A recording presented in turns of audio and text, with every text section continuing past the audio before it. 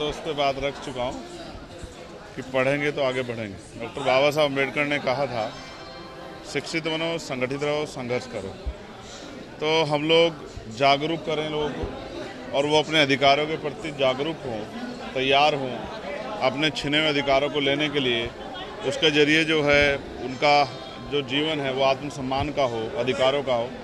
तो हमने जो नारा दिया है वो यही है कि पढ़ेंगे तो आगे बढ़ेंगे और साथ साथ चलेंगे। बटेंगे जैसे बयान से क्या प्रभाव पड़ता है? मुख्यमंत्री जी को जवाब देना चाहिए। जब वो मंच पे खड़े होके हरिजन और गैर हरिजन की बात करते हैं, बांटा किसने?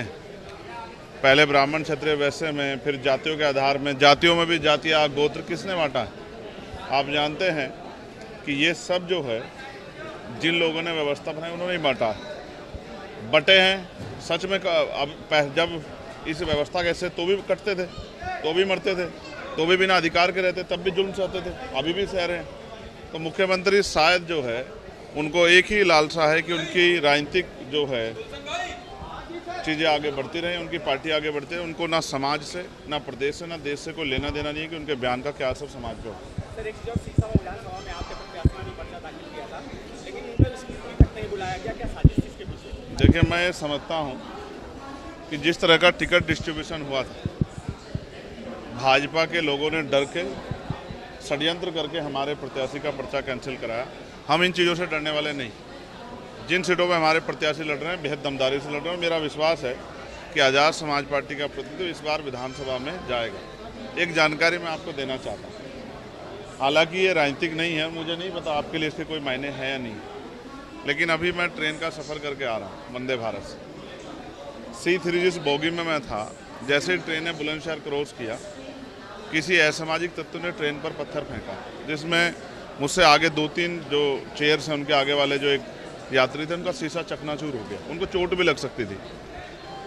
मेरी नज़र में ये ज़रूरी नहीं कि षड्यंत्र का हिस्सा हो, किसी को नुकसान पहुंचाना, ये लापरवाही भी हो सकती है, ये जानकारी का अभाव भी हो सकता है। मैंने ये अपील की है एक्स के माध्यम से अपनी बात रखते हुए कि सबसे पहले गाँव में, घर में माँ बाप और फिर स्कूल में एक जिम्मेदार नागरिक बनाने के लिए संवैधानिक कर्तव्य, संवैधानिक अधिकार के साथ संवैधानिक कर्तव्य क्या है एक नागरिक के, उसके लिए भी हमें लोगों को तैयार करना चाहिए बचपन से ही।